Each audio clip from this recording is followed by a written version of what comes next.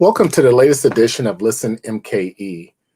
Before we get into the show, we at ListenMKE would like to send our condolences to the victims and families of yesterday's Christmas parade tragedy that took place in Waukesha. I want you to know that our prayers are with you. I would like to take a moment of silence for those who were affected by Sunday's tragedy.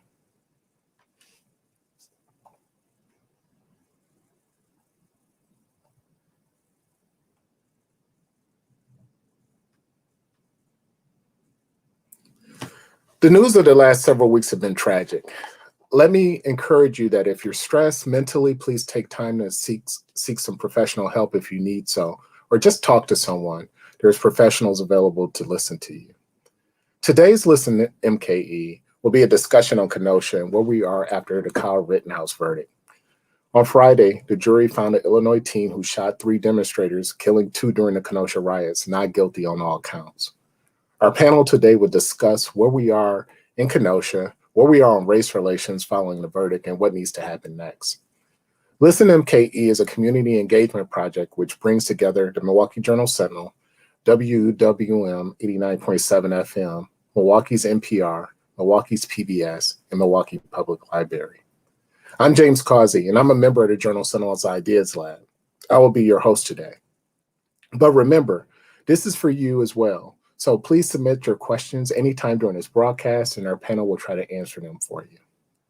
So first, I'm going to start with Bruce Valmity, the Journal Sentinel reporter who covered the trial. Bruce, how you doing? I'm okay. Good. Thanks for joining us. No problem. So you covered a lot of trials for the Journal Sentinel. Did anything about this trial feel different than the trials you covered in the past? Oh, well, lots of it, obviously. I mean, one, just the nature of the crimes charged and the intense national, if not international interest. This is one of these cases where there were media there from everywhere, and that changes somehow the tenor of the case when you're in the courtroom. And clearly, I think we saw how it affects the judge when it's not only being covered, but live streamed on court TV. So that part of it was different. And I think that just made everyone more aware. There are a lot of important trials that happen that very few people watch. And everybody who maybe don't know anything about trials generally were watching this one. Did the verdict surprise you in any way? I would not say it surprised me. I mean, that was the conventional wisdom, partly driven by Kyle Rittenhouse supporters who from the very get-go were beating the drum that it was self-defense and it shouldn't have been charged. But as the case went on, there were 8 days of testimony. I didn't really see a whole lot. I mean, I thought that I'm probably in the minority to say this, but I felt that the prosecution did an okay job with what they were given in terms of the situation. But I wasn't surprised at the outcome, no. I guess this is a question from a reporter to a reporter. When you cover cases like this, and we cover a lot of big stories. How do you manage your own mental health and when you cover things of this nature that's this big? I guess my own mental health regarding the actual violence that underlies the things.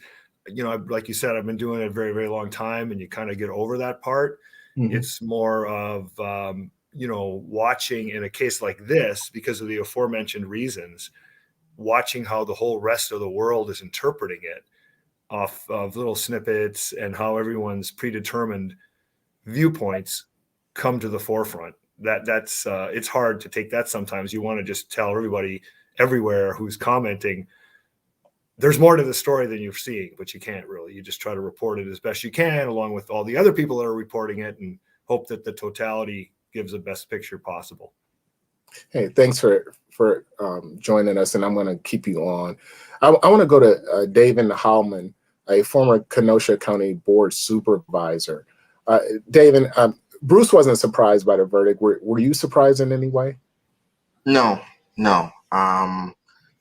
Slightly shocked, maybe, only because I know Judge Schrader personally, and it was surprising that a judge that has a record of sending juveniles next door to the treasurer's office to pay restitution would be so incredibly lenient.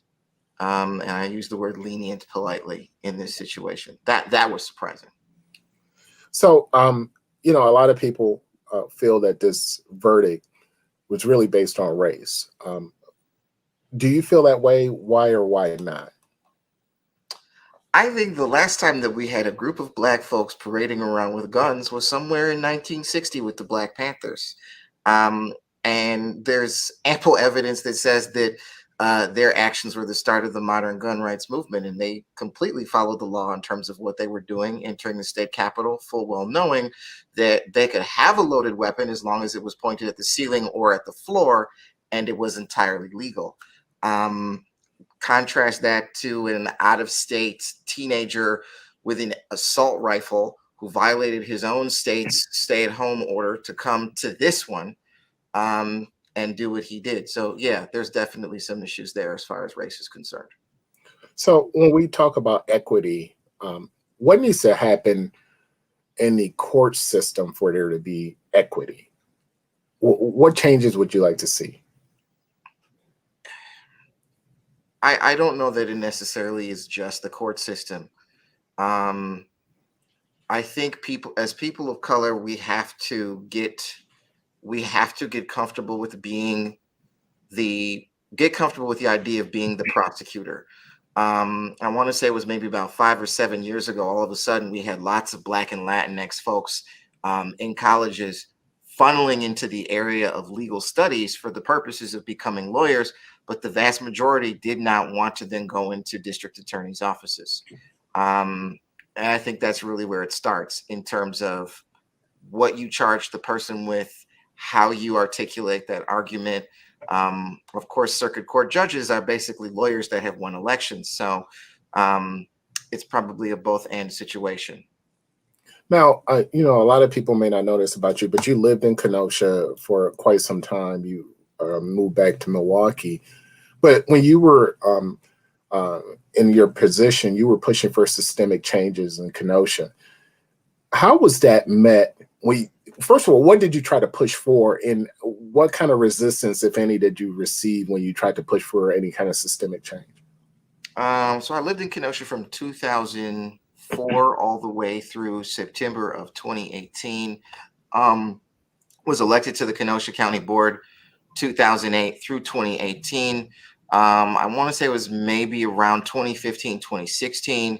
I pushed for a resolution against hate and violence and Islamophobia. The county board did not want to touch that. I pushed them to implement the recommendations from Campaign Zero, which dealt with body cameras, changing use of force policies, and recommendations from the HRC Municipal Equality Index, which had items in there about police and interacting with communities, not necessarily in terms of people of color, but in terms of LGBT. And both of those were largely ignored. I went so far as to actually stop a street fight that was brewing right in my own district as I was trying to take a nap. I heard the commotion outside, ran down the stairs out the front door, looked to my left, and it was two houses opposite sides of the street of Black folk that had started fighting. Squad rolled up right in front of me, and I made a very calculated decision because I didn't want those folks to attack members of law enforcement and then have to deal with that. But I also didn't want law enforcement to do something to one of my constituents. So I made the decision to intervene, full well knowing that if the situation exploded, it would be absolutely uncontrollable, and the mayor and the county executive and everybody else would have no clue what to do. And I didn't want to be the elected official that had the battleground happen in his district. So this whole situation with Jacob Blake and Kyle Rittenhouse honestly was delayed. This should have happened years ago. So, after the uprising, the mayor of Kenosha pushed for inclusion talks. We usually get these inclusion talks after something tragic happens. And he brought together community members, clergy, law enforcement to talk about, what needs to happen, what kind of changes are needed for Kenosha so people of color don't feel threatened when they, get stopped by police and things of that nature. Are you familiar with any of those talks? And if so, what kind of changes have resulted from those conversations? Because the people I talked to so far, they said that they're still waiting for some kind of change to take place. Yeah, so my mother actually lives down in Kenosha. I'm familiar very, very much with Mayor John Antaramian. I know he did have community conversations, but I'll be brutally honest. This is also the man who was flying the plane and crashed it. And now he is trying to be the great cosmetic surgeon to save face. So yeah, I would not expect much from him. Case in point, while I was there, the mayor went to the director of the public library and said, your events during the summer are really great. I've noticed that no violence occurs. How do we replicate that and expand it across the city? She put together a team to have people in the community come up with ideas. I was part of that team. Different recommendations were presented to the mayor, and the mayor just basically completely, totally walked away from everything that was suggested and turned his attention to other matters. So I wouldn't expect anything from him. It's delightful, although very much late, that he would now come along and decide to put body cameras on his officers. I had a conversation with him about that before I left, where he said he was waiting for an attorney general's opinion on the usage and the storage of that as information. And I told him, I said, you have a public records law, save it for 7 years. Well, I'm waiting for an attorney general's opinion. Okay, but you haven't picked up the phone to seek one. You haven't written to ask for one. You just basically sat on your behind. And now that this has happened, now you want to do something about it. I guess I should say this. People should understand, in terms of Democrats elected to office, in terms of Kenosha, we're not dealing with Obama era Democrats. We're dealing with old school union lunch bucket Democrats from a bygone era. That's who's in charge. That's who's running the place. And that's who that community is set up for. So if you don't come from that era, baby, there's nothing for you there. This is a good time to bring in Angela Lang, Executive Director of Black Leaders Organizing for Communities. Thanks for joining us, Angela. Thanks for having me. So, again, piggybacking off of what Dayvin said about the meeting of the minds, so to speak, with clergy, community members, and law enforcement, it seems like that's a traditional strategy that takes place after a tragedy. How effective are those types of talks? I don't know how effective they can be when one of the groups in the room is the perpetuator of the harm, right? Tensions can be high, and immediately afterwards, I wouldn't feel comfortable going into a space negotiating change with law enforcement when they're the ones that can be seen as the problem in a lot of different scenarios. If it would have worked, we would have had some tangible results at this time. But we don't, and we continue to fight. We continue to have these meetings of the minds. But I also think sometimes there's some generational divides in how we view issues of policing. In our research and in our data and in our conversations in the field, we definitely see a mix and a divide in older folks that say we need more police versus younger folks that say we need less.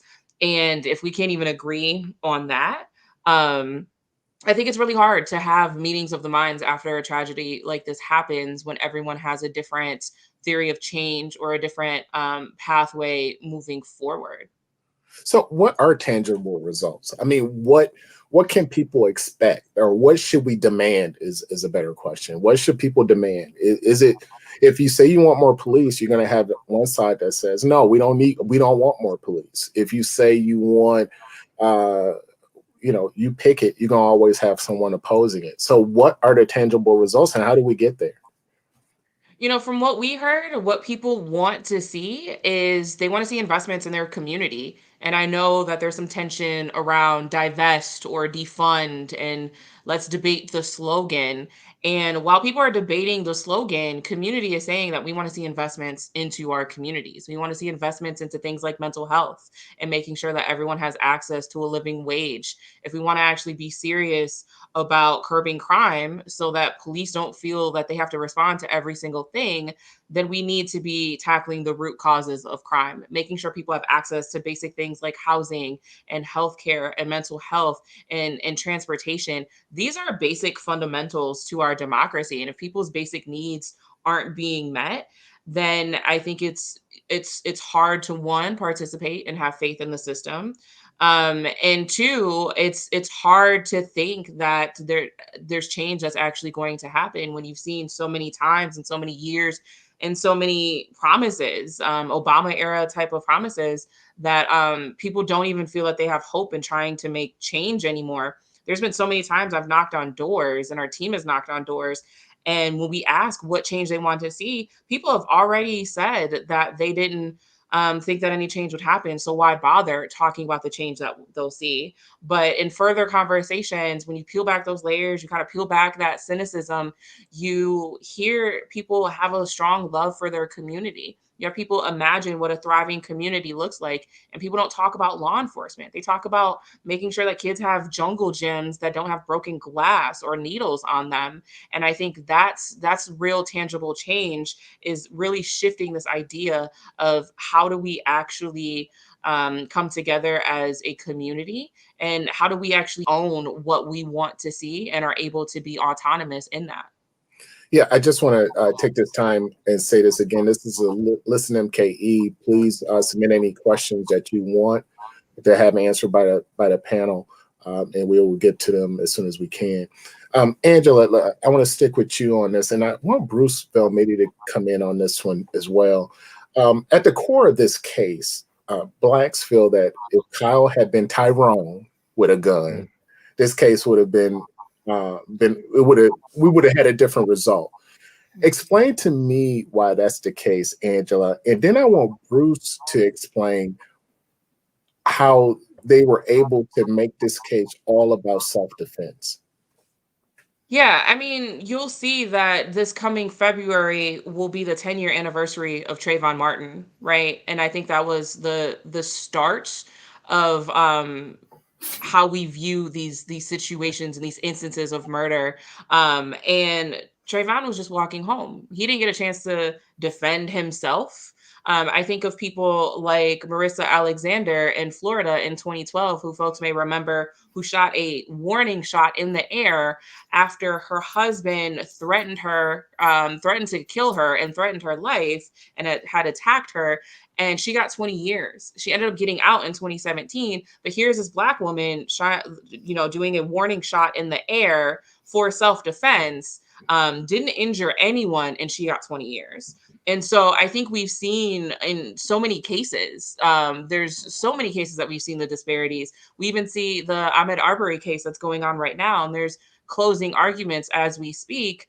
And this was a man that was minding his own business, and you see people that are being the aggressors and provoking young Black men, who we can actually paint this picture and understand that there's implicit bias there, whether someone actually attacked you or not.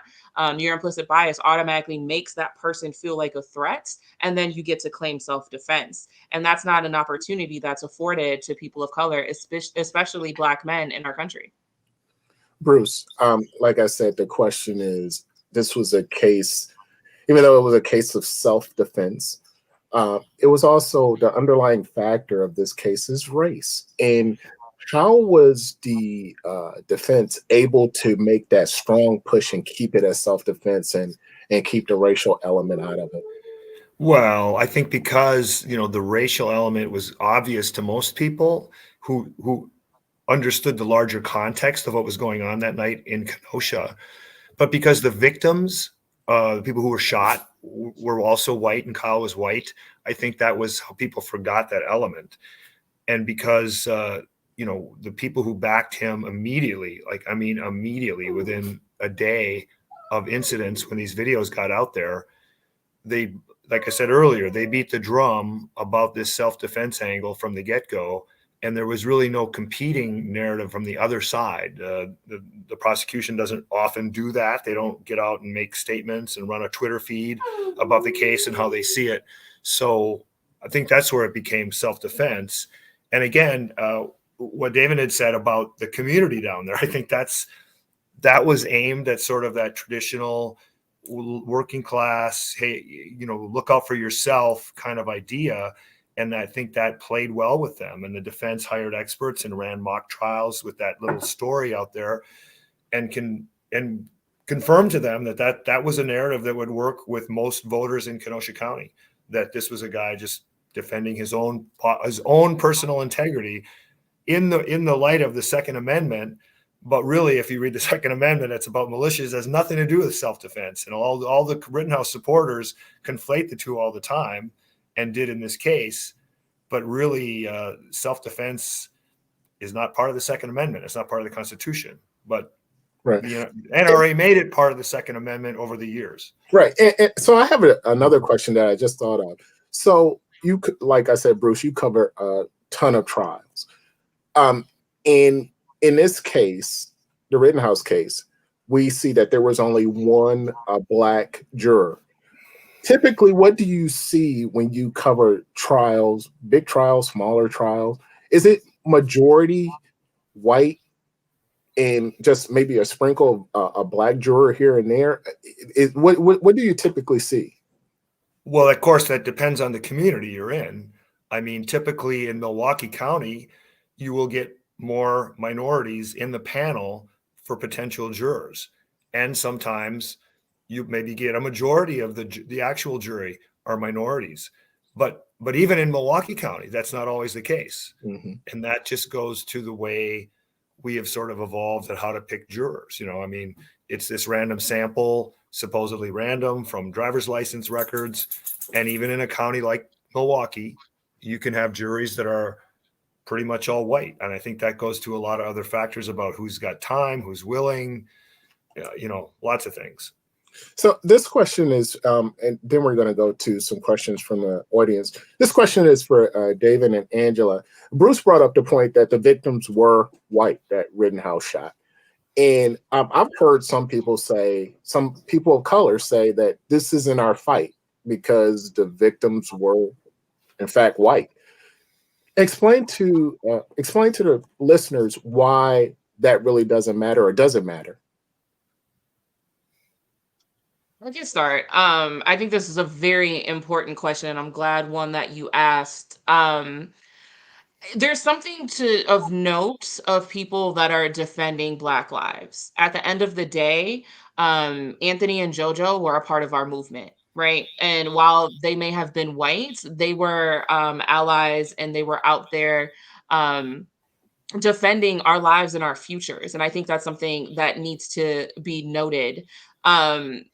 I also think it's important to note that how dangerous Blackness is for some people and how scary it is for some people. Even people's proximity to Blackness can lead to attacks or killings. And so I think we need to make sure we understand what that night entailed. It was a protest of the shooting of Jacob Blake. And people that were there protesting that injustice, and they were standing with Black Lives Matter and defending our lives and our futures. And so we should be understanding the role that they played, and ultimately understanding how their proximity to Blackness in this society, unfortunately, is seen as a danger and as a threat. It's not much more that I can add to that. I guess the question when I hear that from people is I want to look at them and say, so are you telling me that Jim Reeb had to die? Are you telling me that Heather Heyer had to die? Are you telling me that Viola Luzo had to die? And if that's the case, then what does that mean for you as a person who proclaims to be justice and peace believing, to stand alongside people of color? Are you saying you're ready to run? That's what I would ask. We have a question I'm going to put up from Cassandra Downey. She asks this question, and Bruce, maybe you can answer this. The judge dropped the gun charge due to it not being illegal in Wisconsin for a 17-year-old to carry a gun. Do you know if any young people of color to have a gun charge dropped in Milwaukee when forced with a murder charge? Well, when faced with a murder charge, I'm sorry. I am pretty sure that no one's ever gotten that charge dropped, whether they were facing a murder charge with it or not. I mean, that's the whole point here, is that the statute at issue was, most people would say, perfectly clearly banned 16 and 17-year-olds from having a rifle, except in certain circumstances that didn't apply here.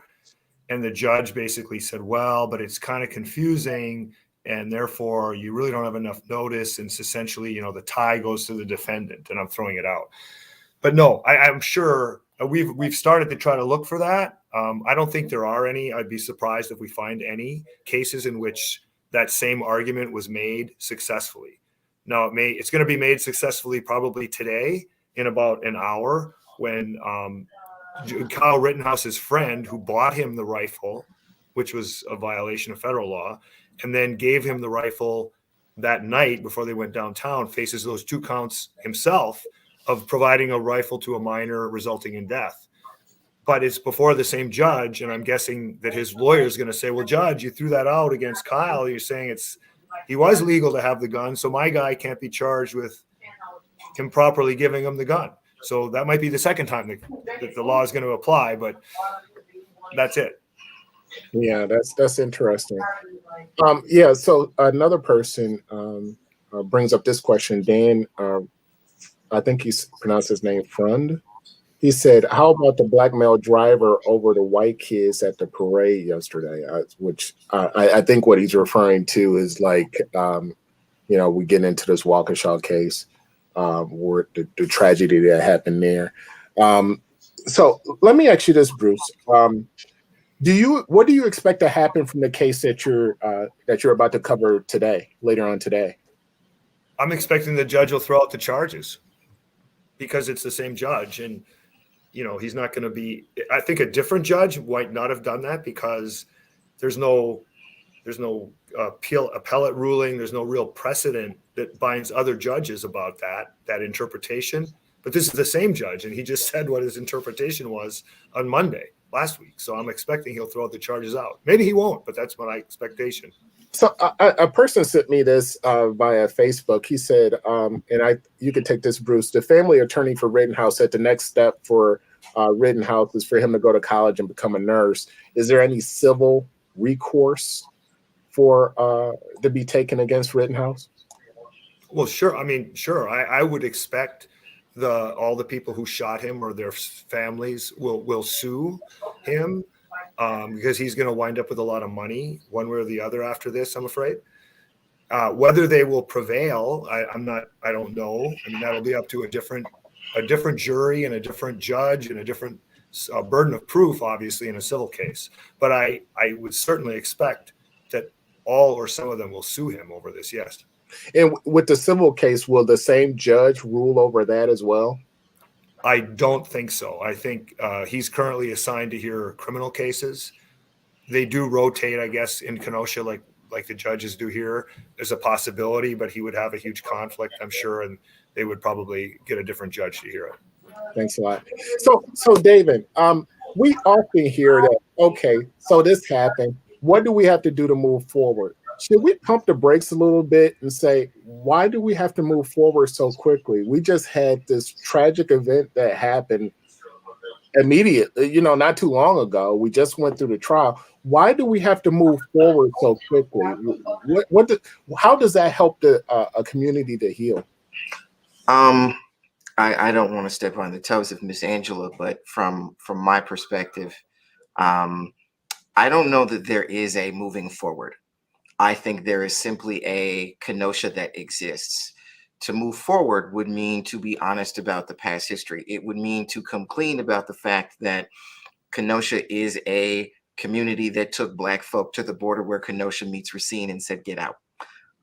It would mean being honest about the fact that there are bars that cater to white supremacist skinheads, boogaloo boys, not necessarily in the county of Kenosha, but inside of the city itself, and have done so for decades, that a number of these public officials know about, and probably even have relationships with those bar owners.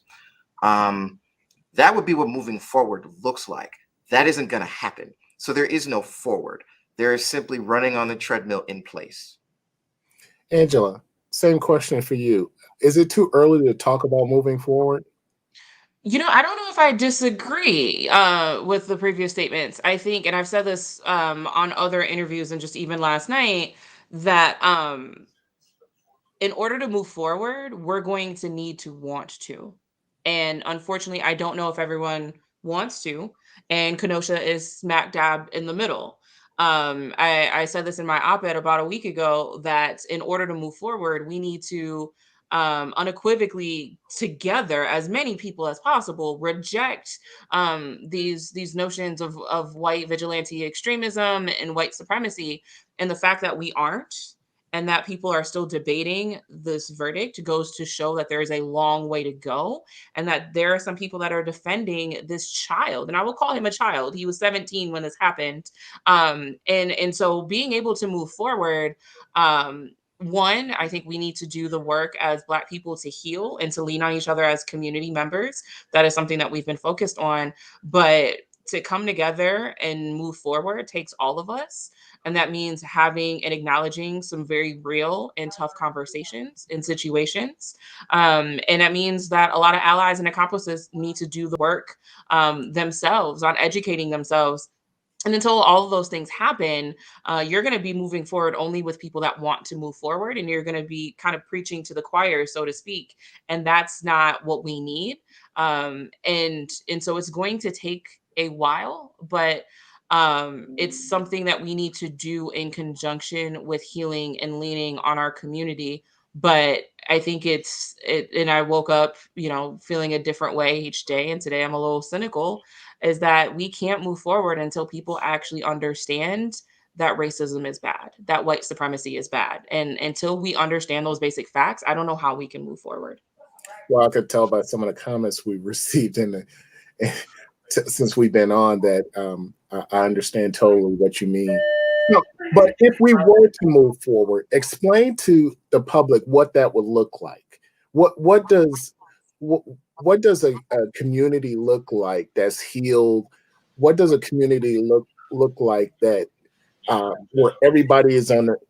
I don't think we ever all be on the same page, but where we respect each other enough to understand that racism does exist, and we have to find our, discuss our differences, have communication with each other, and try to live in a society where we all get along. How do we? What has to happen for that to happen? Because will we see that in my lifetime? Will we see it in your lifetime? Whew. I'm starting to accept the fact that I may not see these things in my lifetime. And that there's a quote that I'm often reminded that said, "We are our ancestors' wildest dreams." And then I have to tack on the second part of that quote that says, "Future generations will be my wildest dreams." And that my job is to set up and lay the foundation for future generations to hopefully pass that torch and they actually see that change. And to me, I think it's simple. And how we do that, it's to recognize and see each other's humanity. And we're not doing that. The fact that two people were killed and they're being dragged through the mud, we've lost that humanity. There used to be the rule of we don't speak ill of the dead, right? To have people, my Twitter mentions, Block's Twitter mentions are a mess. I've seen the most hateful, spiteful things after this verdict. And it boils down to not seeing people of color, and specifically Black folks, as human, and seeing us as subhuman, or even animals in some ways, animals not worthy of respect and basic dignity and humanity. And so if we're not seeing basic humanity in our fellow brother, sister, or sibling, then how do we move forward, right? And so I think it starts by being able to see our humanity, to understand when people say this is the experience of what it means to be a Black person, and this is what it means to be a Black person in the state of Wisconsin, which has all of these statistics. Instead of coming back to it and saying, well, you people this, or this is an attack on my power and privilege, that how are we recognizing and coming together and understanding person to person that our lives have meaning and value? And I think once we're able to do that, hopefully some of the policies kind of fall in place behind that, because some of the policies, even people aren't even seeing each other's humanity in policies. I don't believe that there's any race neutral policy. And so whether it's voter suppression or protest bills or what have you, there's always an impact. And I think if we see each other's humanity, then hopefully policy follows suit, and our humanity is shown in tangible policies to make change too. Thank you. Dayvin, I'm still getting these questions. How is this a race issue? Can you try to explain again how race is at the core of all of this? The Reader's Digest version. We had a situation where a police officer shot a Black man in the back. The people of color in Kenosha have lived and tried to endure as best as possible in an unjust community, one that leaves folks without access to jobs, without access to decent housing, one where the business establishments literally do not want them there, do not want them as residents. And as Ms. Angela has said, don't see people of color as being worthy of respect and basic human dignity. As a result of that, people took to the streets to protest against their government, unjust treatment. When it was made known to said government that they were treating people of color unjustly, said government did not care. And then we have a white teenager who comes from out of state and decides to take matters into his own hands for whatever reason that he decided to do that. I don't know that anybody needed a gun. I was out there the night before with a 17-inch viola. But yet we have a white teenager who has shot two, wounded another. If you do not see it now, if you don't see it now, you're probably part of the problem. I'm just going to say that there's a point where when evidence has been shown to you that you are simply being willfully ignorant. Mm-hmm. This question is for Bruce. I think I know the answer to it. If the judge is suspected of having a clear bias in the case, how likely is it that the case will be reopened for investigation? Well, in this the case against Rittenhouse is over. I mean, they can't reinvestigate that because he was acquitted, and that's the way the system works. It's double jeopardy. Somebody might investigate the judge if enough people made enough complaints with some real evidence that said, this was a bias move, this was bias move. The cumulative effect of all these rulings was a bias. He might face some sort of, review by the Judicial Qualifications Commission, but none of that's going to matter to Kyle Rittenhouse. He can never be tried for these charges again.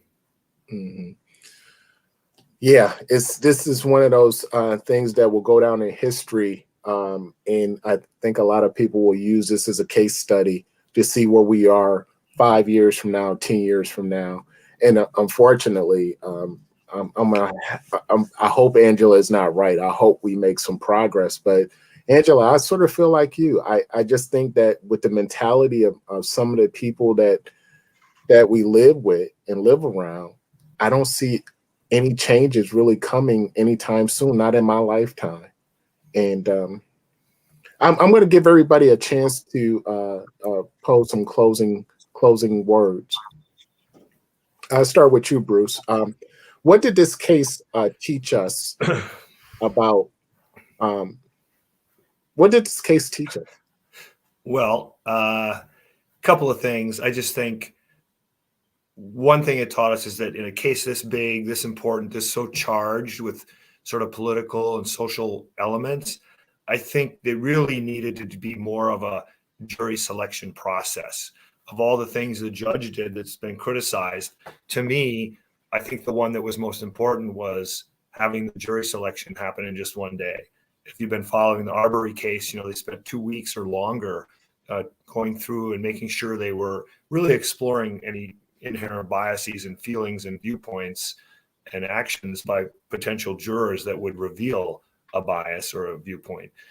And then secondly, this is going even beyond the race issue, and I don't disagree with anything people said, but I'm afraid that this idea that you can bring a gun in these situations and always claim that the fact you've got the gun also becomes your own justification for using it. As in, I'm afraid of everybody because anyone could steal my gun, and therefore my life could be in danger from my gun, so I can use it to shoot and kill you. That's to me a very disturbing rationale, and that was the rationale from the defense here in this case. I have a question for you real quick, Bruce, from Everett Marshburn. Justice and law are two different things and not always related. How do you get the media to help explain that in their coverage? I think there was a lot of coverage about this case, in a lot of different outlets, and people have to maybe go looking for it. It didn't. Every point that I thought was most important didn't get in all the coverage and didn't always even make it in my own stories. But I do think that there will be continued coverage of this even after the fact. There'll be a lot of legal experts dissecting what the rulings meant and some of this evidence with a second look. So I think we could still learn some things from the case going ahead. Dayvin, what did this case teach you? I don't know that it taught me anything, but it certainly made something clear. So I'll close with this quote from James Baldwin. King is entirely right when he says that segregation is dead. The real question which faces the Republic is just how long, how violent, and how expensive the funeral is going to be. And this question, it is up to the Republic to resolve. It is not really in King's hands. The sooner the corpse is buried, the sooner we can get around to the far more taxing and rewarding problems of integration, or what King calls community, and what I think of as the achievement of nationhood, or more simply and cruelly, the growing up of this dangerously adolescent country. Deep. Thank you. Angela, I want to know what this case taught you and I want you to also explain what your organization does. I don't think we did that in the beginning. Yeah, I'm with David. I don't know if it taught me anything, but it solidified it that it's another example of a system that protects white violence over our lives, quite frankly. Just recently, last week, I believe Wednesday, TMJ4 actually published an article where we had several of our team members talk about their interactions with the police department. And this particular report from TMJ4 looked at data of when MPD withdrew or discharged their weapon. And shocking, not really, that the areas that they do it the most are in 53206, right? And so I've been thinking a lot about how some of our team members are talking about that they've had guns in their faces from police the first time at either age 9 or 10. Right. That people will be walking down the street and someone says, you fit the description, and automatically stick a gun in your face. And so I think about the fact that we're literally walking down the streets, minding our own Black business, and it's a threat. And that even responding can be, as in a self-defense type of way, can be seen as something that we lose our life to. And so I think this case really just unfortunately shows that it's open season on Black folks, and you can be the aggressor, you can instigate. I'm going to be watching the Arbery case very closely as well. But it goes to show that your safety as a white person is more valuable, and your feelings are more valuable than my Black life. That's not something that is a surprise to me, but I think this case really shined a light on that. And I agree, if people don't understand the racial elements of this, then we have a long way to go to have people see our humanity. Lastly, so Block will be turning 4 years old just in a couple days. We're a year-round civic engagement organization. So we do a lot of electoral work. We'll get involved and engaged in the midterms next year and make endorsements. But our civic engagement is a year-round focus. A lot of times we vote because we actually care about the issues. So we want to see our vote through by making sure that we're still organizing. We're still showing up in Kenosha. We have a Kenosha organizer who spent the last several days, probably on very little sleep, helping to organize. So we have a year-round civic engagement model that even if you haven't had your voting rights restored yet, you are a part of this political process, and that there's so many things in this system that are political that we need to be showing up for more than just voting as well. I want to take this time to thank the panel. You guys were fantastic, and you really educated us on a lot of issues that are out there. I want to say prayers for the people who suffered in a tragedy yesterday in Waukesha as well. We will keep you in our prayers. This is a latest edition of ListenMKE. If you want to find out more about what we're doing, please tune in to ListenMKE when you can. And you can also find our past shows on jsonline.com. I'm James Causey with the Milwaukee Journal Sentinel Ideas Lab. Thank you and have a safe evening. Thank you, everyone.